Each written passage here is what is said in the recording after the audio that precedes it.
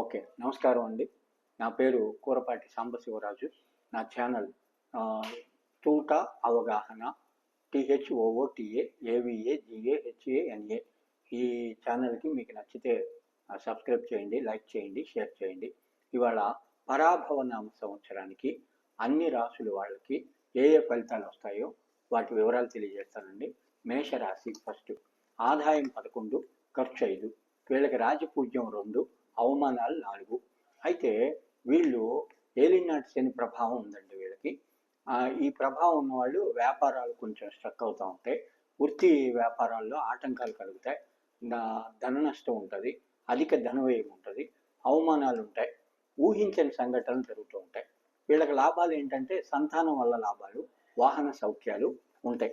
వీళ్ళు చేయాల్సిన పని ఏంటంటే అండి, మార్చి 19వ తారీఖు నుంచి 26 మే 2020 వరకు వీళ్ళు చిన్న పిల్లలకి తీపి పదార్థాలు దానం చేయాలి.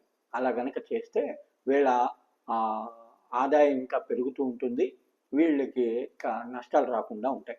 ఇక 26 మే 2026 నుంచి 15 అక్టోబర్ 2026 వరకు వీరు చేయాల్సిన ఇంకొక రెమెడీ ఏంటంటే రావి చెట్టుకు నీరు పోయాలండి. అలా పోయటం వల్ల వీళ్ళ యొక్క అవమానాలు తగ్గే అవకాశాలు ఉంటాయి. నెక్స్ట్ వృషభ రాశి. వీళ్ళ ఆదాయం 5, ఖర్చు 14. వీళ్ళది రాజపూజ్యం 5, అవమానాలు 4.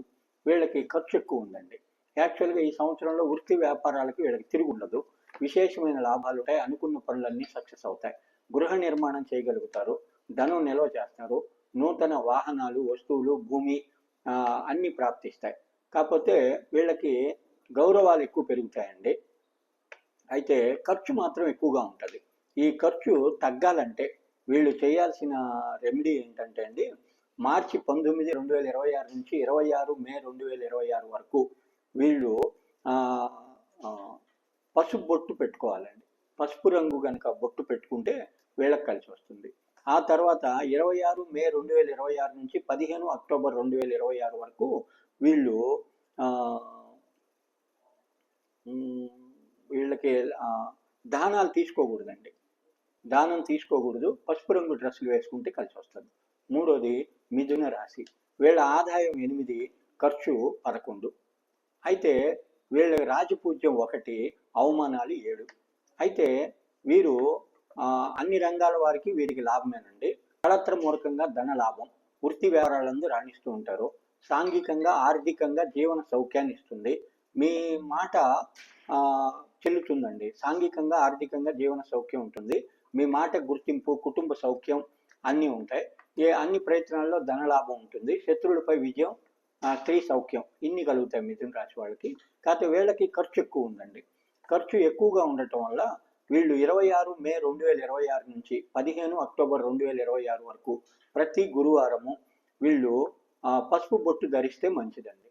అలా చేయటం వల్ల వీళ్ళకి ఖర్చులు తగ్గే అవకాశం ఉంటుంది. తర్వాత రాశి కర్కాటక రాశి. వీళ్ళకి ఆదాయం 2 అండి, ఖర్చు 11. రాజపూజ్యం 4, అవమానాలు 7.